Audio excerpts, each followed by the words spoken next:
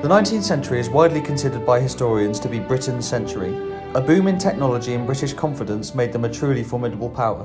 The territorial gains made by the British Empire were so vast during this period that after the acquisition of the Australian territories, it remained daytime somewhere in the empire for the next 150 years. However, this did not mean that the juggernaut didn't stumble during its golden hour.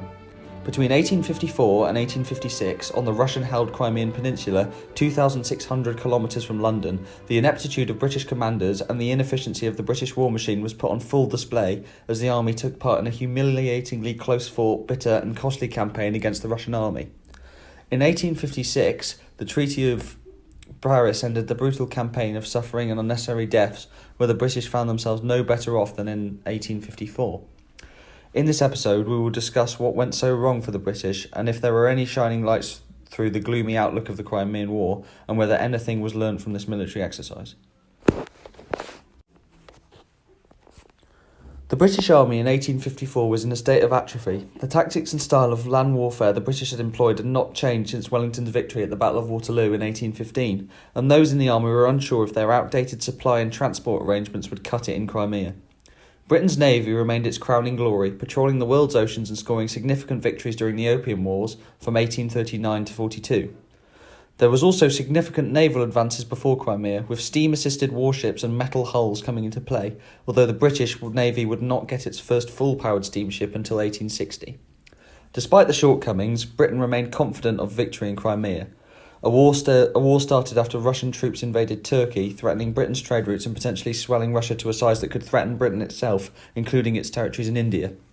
The British and French, who had now become allies since their wars earlier in the century, then set off for the Crimean Peninsula, aiming to take the significant Black Sea port of Sevastopol, which would allow the Russians to access the Mediterranean Sea through the Bosphorus and Dardanelles Straits that they were aiming to capture during their invasion. The British chose the inexperienced and old Lord Raglan to lead their force. Raglan, who had served during the British and French wars, kept to similar tactics on the battlefield and was not afraid to throw his men into danger. He also trained his troops to Wellington's methods, demonstrating his potentially out-of-date attitude towards war. In June 1854, Raglan created a base at Varna in order to group his army before moving on to the Crimean Peninsula. Due to poor sanitary conditions at the base, as well as the tightly packed nature of the men, 10,000 died of cholera at the base camp before a shot was even fired from a British gun. Once grouped, the army was then moved across the Black Sea to Calamita Bay, where the army disembarked. The landing was a disaster, with tents and warm clothing not being unloaded, forcing men to sleep on bare ground outdoors in the cold. This was a good indication of the level of strategic competence the British would exhibit during the campaign, and did not set the British in good stead for the rest of the war. The British and French, commanded by St. Arnaud, then began their march towards Sevastopol. They met the Russians defending the high ground to the south of the River Alma, which marked the first conflict of the war. The Allies, who outnumbered the Russians, began an artillery bombardment of the Russian positions from the sea, and the French began their attack. This is where one of Raglan's primary weaknesses was exposed. As the French attacked, Raglan waited 90 minutes for the French attack to progress, before committing his troops, who attacked with little coordination. Raglan then stopped his artillery bombardment and forced his troops to lie down to minimise deaths, demonstrating a high degree of slow and poor decision-making that would take many British lives during the campaign. The British then began to cross the river, but unsure of the depth and being issued contradictory orders, some infantrymen refused to cross, leaving the force weakened. Although piecemeal, the British attacks captured the Great Redoubt, the main objective of the battle. However, the weakness of the British grip was demonstrated as they were quickly counter-attacked and were forced to retreat. The Highland Brigade, along with the Grenadier and Coldstream Guards, then disregarded Raglan's indecisive orders and retook the redoubt, forcing the Russians into retreat. Raglan then wanted to attack Sevastopol immediately, but was dissuaded by General Burgoyne, the chief engineer, who began the construction of siege works around the city. The bulk of the British force then moved to Balaclava harbour to establish a new base of operations. Russian General Menshikov then moved his troops to the Causeway Heights near Balaclava. Fearing a Russian threat to his supply line, Raglan moved his force away from the siege to face the Russians. The battle that unfolded led to three extremely historically significant military actions. Firstly, after Menshikov charged his cavalry towards the 93rd Highlanders, Sir Colin Campbell formed a thin red line of troops to face the cavalry, shunning the traditional squares. The mini-rifles, a new technological innovation in warfare with increased power and accuracy, ripped apart the advancing cavalry, who retreated after their second assault. This then persuaded Lord Lucan to charge his heavy cavalry to aid the infantry. They reached the stationary Russian cavalry and broke the line, forcing the Russians into retreat. The Russians then began removing Turkish guns from the heights, which led to arguably the most famous mishap in military history.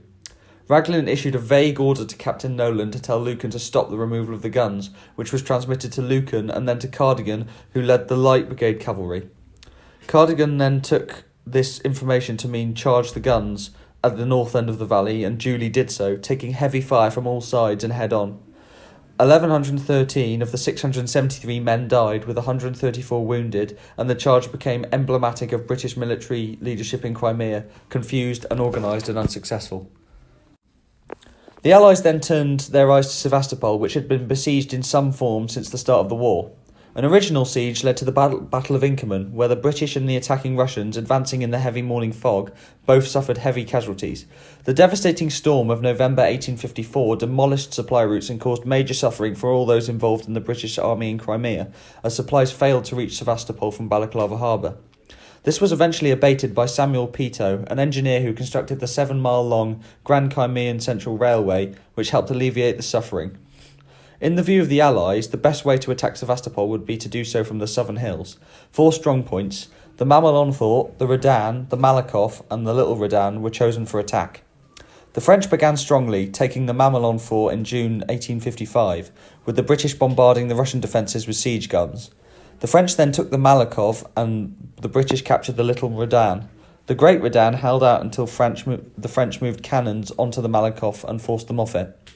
This caused the tired Russians to retreat out of Sevastopol on the 9th of September 1855, marking an end to the hostilities in Crimea. Although this part of the battle seemed fairly light on military blunders, this was not the case. Raglan lost 1,000 men, 1/3 of the force he was commanding at the time, when he attacked the Great Redan during the French retreat, an act done to keep his word to the French. British soldiery found themselves assaulting the exact same locations in the exact same ways, which led to an increased number of casualties. Leo Tolstoy's Sevastopol sketches show the horrible conditions many soldiers faced during the siege.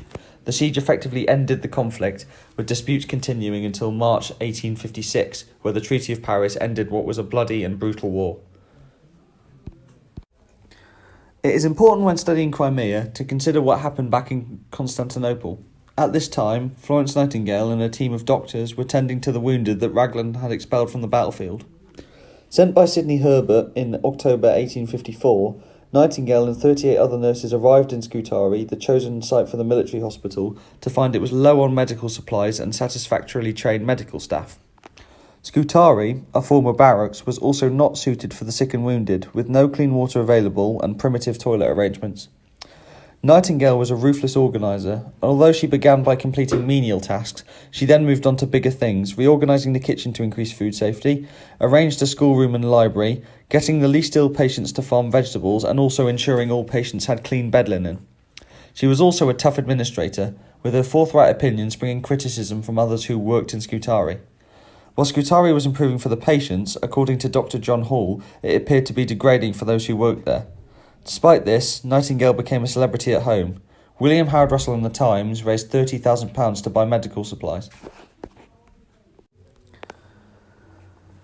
The medical conditions at Scutari were still poor at this time, and in February 1855, Prime Minister Lord Palmerston indicated his intentions to act on this to his colleague, Minister for War, Lord Panmure, by sending a sanitary commission out to Scutari.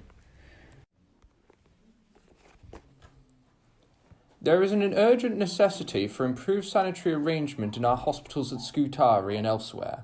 I wish very much that you would send them out at once to Constantinople with full powers to carry into immediate effect such sanitary improvements and arrangements. I am convinced this will save many lives.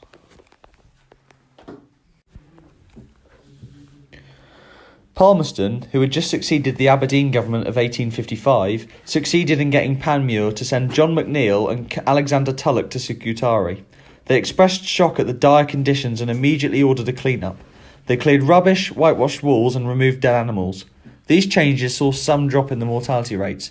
The McNeill-Tulloch report was also released shortly after and recommended the draining of the cesspit under Scutari, which saw a major drop in death rates from 54% to 26%. There was also medical work going on in Crimea.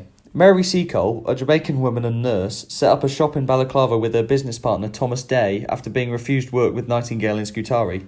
Their business, the British Hotel, gave soldiers hot food, shelter and medicines on the front lines. She also travelled on mule to the battlefield and provided British soldiers with treatment and tea. The hotel was exceptionally popular, and Seacole saw her treatment and remedies to cholera to be much more successful than those of the British Army.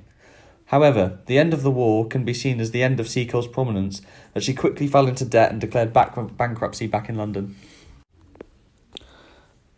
Additionally, Crimea was the first war that war reporting and photography were prominent. Roger Fenton, a private photographer sent by Prince Albert and the Duke of Newcastle to Crimea, captured prominent shots of the Crimean War. Although his primitive and cumbersome camera equipment made it impossible to catch action shots, he captured many famous images of still scenes and landscapes. Fenton's main market was for private collectors, and the newspapers could not yet print pictures in their issues, so his reach was in fact limited. He also arrived and left Crimea at the time when no soldiers were suffering greatly, and captured photos that deceived the British public into disbelieving the critical reporting of other writers such as Russell. An example of this is a famous photo taken by Fenton of soldiers wearing warm winter coats, displaying that there was no apparent shortages and British soldiers had warm clothes. However, this photo was taken in 25-degree heat. Newspapers were a clear way for the British public to learn about the Crimean War. The Times quickly realised that war reporting would be of great interest, so sent William Howard Russell and Thomas Chenery to the region to report on the fighting.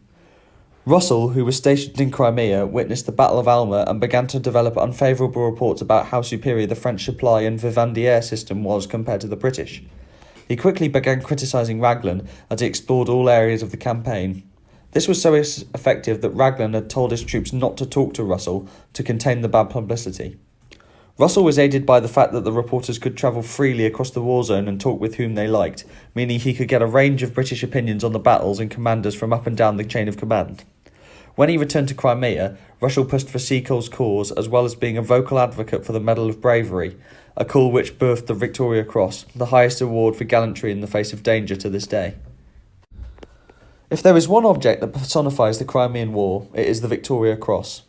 Once the conflict concluded, a lions led by donkeys narrative emerged that is supported by much of the historical evidence we see today. The brave soldiers in Crimea were largely failed by inept commanders, and this drove further reforms by Edward Cardwell, which among other things would ban commissions to prevent disastrous leaders, although this would not be the end of a poor vein of British commanders who would mislead their troops.